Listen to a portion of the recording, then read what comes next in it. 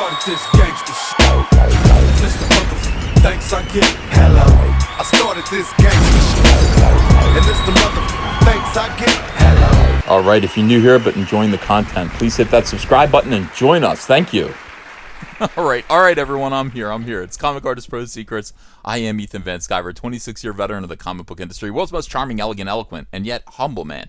Great big Star Wars fan and trusted member of the media at a time when we really need a few more of those. We need to be able to trust the media.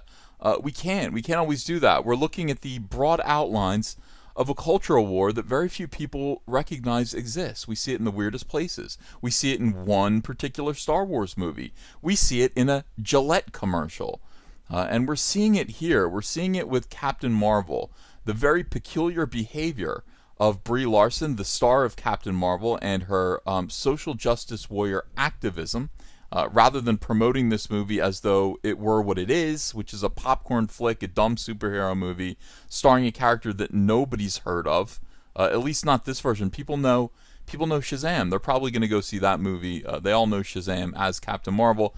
This is a new character, essentially. Even though she's been around for a long time, Carol Danvers' Captain Marvel has only just recently risen to prominence once Marvel Comics recognized that they don't have their own version of Wonder Woman.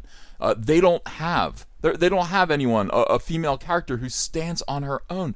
They have a lot of women who are parts of a superhero team.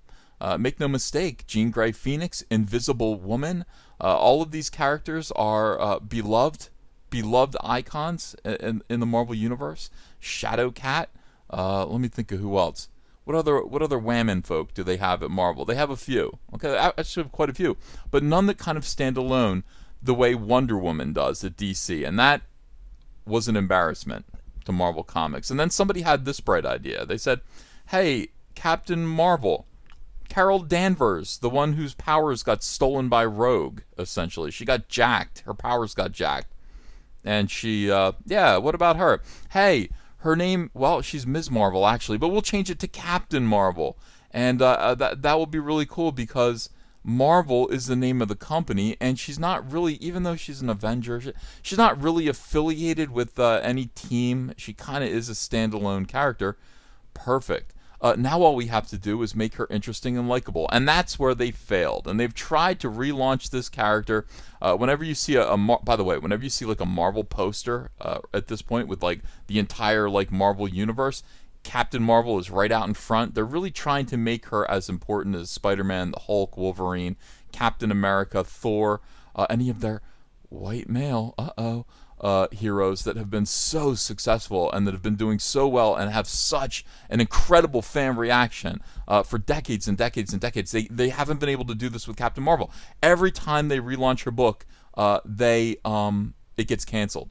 And by the way, the other weird thing about it is, for people, and I know a lot of people don't read the comic books, so let me just explain to you how weird Marvel Comics is right now. Marvel Comics is so up its own patootie, as they say in the South, when it comes to feminism and depictions of women in comics. They no longer want to show like female curves. They've become like the Taliban over there. You can't, women and boobs, breasts.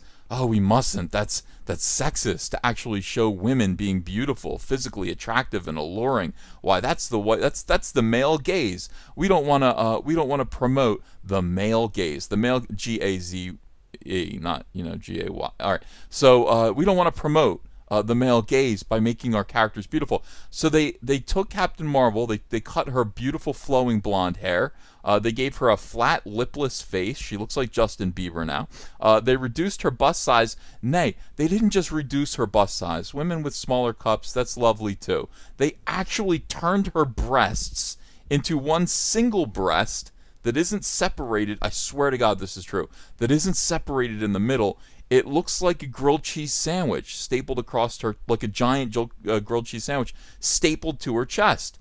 It's the strangest shape I've ever seen. They do this because they don't want to attract the criticism from a crowd that's saying, hey, you're just trying to make your tentpole female character sexually objectified. It is ridiculous. That is the state of comic books right now. It's one of the reasons why comic books are in a free fall collapse. People don't want this. It's weird. It really is weird. So now having failed in comics over and over and over again. People don't want this character. They've actually decided to make her a part of the MCU, and they're introducing her in this movie that comes out, I think, in a couple of weeks now. How far away are we? We're a little more than a week before this comes out, March 8th. And it's so important to them. It's so important to them. Now, as I said, Brie Larson is making this whole experience even weirder by getting out there and promoting Captain Marvel as though she has superpowers herself, that she is an activist for all women, etc., etc. She's starting charities, or she's promoting charities that raise money to send little, poor, starving children, female children, girls, to sit in a dark theater and watch this movie. To what? For what purpose? It's the weirdest thing to take somebody who is hungry and then show them you and say, now do you feel better? That's the way. That's the way that you should go. This is going to fix your life. If you just look at me. I'm walking around to homeless people and handing them photographs of myself. Aspire to this, homeless people. It's the same thing. It's what she's doing.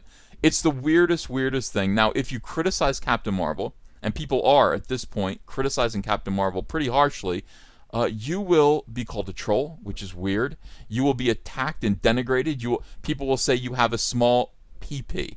They will question the size of your penis if you attack Captain Marvel. It is an odd phenomenon. Again, it's the culture war. So if you're questioning why, the answer is SJWs. If it smells fishy and weird and you're wondering what in the world humanity has come to, these questions are prompted by the presence of social justice warriors. So, newest thing, Rotten Tomatoes removes Captain Marvel anticipation score in response to what? To trolls? This is an article on Comic Book Marvel.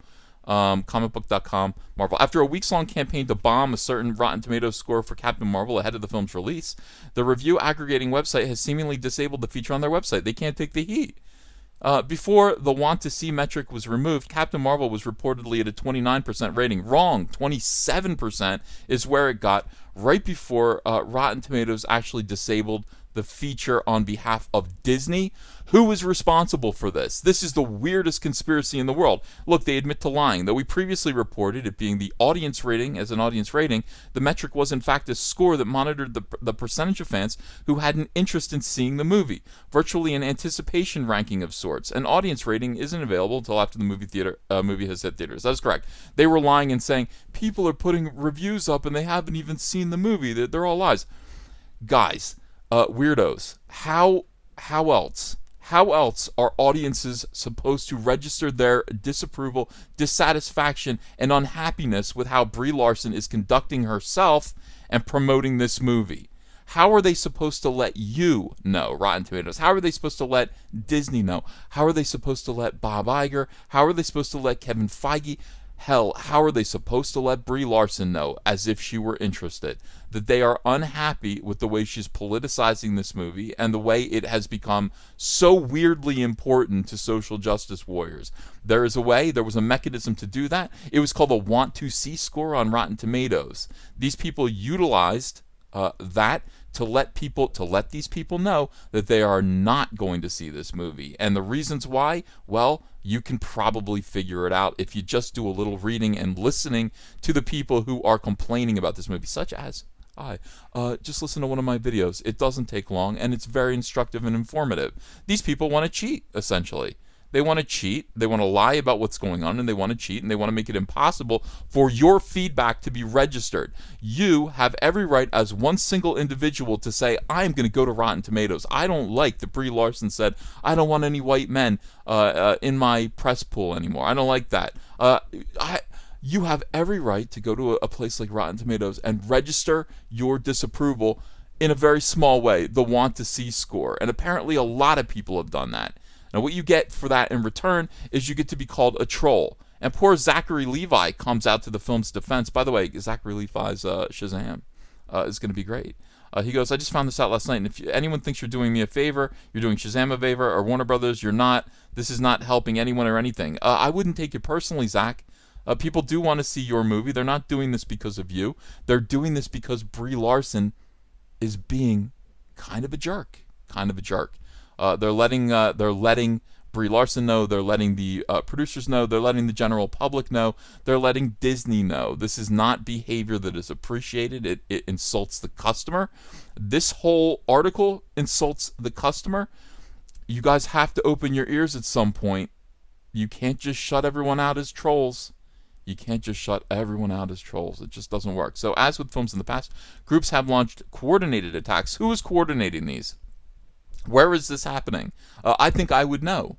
Somehow I think I would be tipped off. Somebody would say, hey, Ethan, we belong to a secret society that coordinates assaults on movies. And we've seen your videos. We know that you don't approve of what Brie Larson is doing out there on the stump promoting Captain Marvel. We know you think this is a terrible character. We know that you think that SJWs have taken over the MCU at this point. Now that the MCU has built its brand, its platform on the strength of the past movies, which featured depictions of their strongest characters in their most idealized forms, we know that you think that SJWs have broken in at this point. Now that it's successful, this is what they do. They take over platforms that are succeeding wildly and they run them into the ground. They use them as megaphones to spout their gibberish, and then they destroy all business opportunities. They destroy all cash influx, and people stop going to see it. It happened to Star Wars. It's happening to Star Wars now. Look, it's about to happen to anime as well. Alright, so a similar effort took place with Black Panther, despite the Ryan Coogler-helmed film finding incredible success at the box office.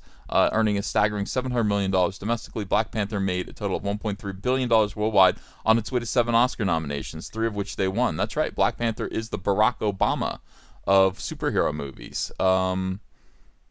Yeah. Guess who Captain Marvel is? That's right, Hillary Clinton. Okay. Black Panther is now streaming on Netflix, while Captain Marvel hit theaters on March 8th. I still haven't seen Black Panther. I really do mean to. It looks good. That actually legitimately looks like a good movie. It won 3 Oscars. Why not 4, bigots? Why not 4? Because there's still a lot of racists in Hollywood. That's why. But Captain Marvel looks like a steaming pile of junk. And not only that, even if I place my trust in the competence and creative ability of the people over at the MCU to make this bland, boring character that nobody wants, this totally cardboard, average character. I mean, Captain Marvel is just kind of like no frills. Remember when you go to the supermarket and you could buy no frills brand cereal? Captain Marvel is a no frills brand, Kroger brand superhero, which is ridiculous. That's the thing. I trust people. I trust the people to actually take this character and make a pretty decent movie with it. What I don't like is I don't like this movie being required viewing for starving children. I think that's ridiculous. And I don't like Brie Larson stomping around saying stupid, horrible things. I just don't like it.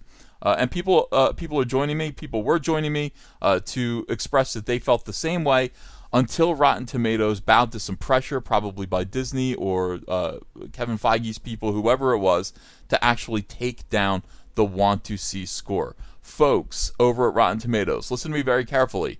That score, that opportunity there, it's there for a reason. It's there, and it doesn't mean anything. It shouldn't mean anything. It shouldn't mean anything to you. It shouldn't be a big deal to Rotten Tomatoes. What are you, the PR advocates? What are you, minister of propaganda for Captain Marvel? Leave it alone. That's people's way of expressing displeasure at this movie, and you taking it down is playing dirty pool. It's disgusting, and you are going to hear about it. You're going to hear about it. Your credibility is worth more than this. Whatever Disney paid you to take that down, your credibility is worth far more as a website. Reconsider, put it right back up again. Thanks everybody for listening to this tirade. I heard about this, I got so angry I had to make a video. If you like this content, you want to see more of it, please do subscribe. Please check and see if you're still subscribed. YouTube is very fishy. They do kind of pull down, they unsubscribe people without their permission. So make sure that you're still subscribed. Ring that bell for notifications. Don't miss any of my live streams. Join this family. We want you here. We're here to have fun, and I think you'll enjoy being a part of this. All right, thanks everyone. More videos soon. Hey, I got a P.O. box. Want to send me some mail? Send it to Ethan Van Sciver, P.O. Box 607, Marlton, New Jersey 08053, and I'll probably open it up on the live stream. Thanks very much, everyone.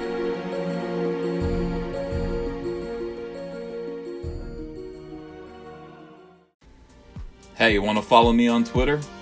Are you sure? Well, if so, I'm at Ethan Van Sciver. That's at Ethan Van Sciver. See you there. Join the fandom menace and execute your own Order 66 with our incredible line of t-shirts, Soylo, a Soy Wars story, Tico, a Soy Wars story, and our brand new smoking hot Soy Wars Plan 9. Make a statement today. This is the only trilogy you'll ever need. The link is below in the description.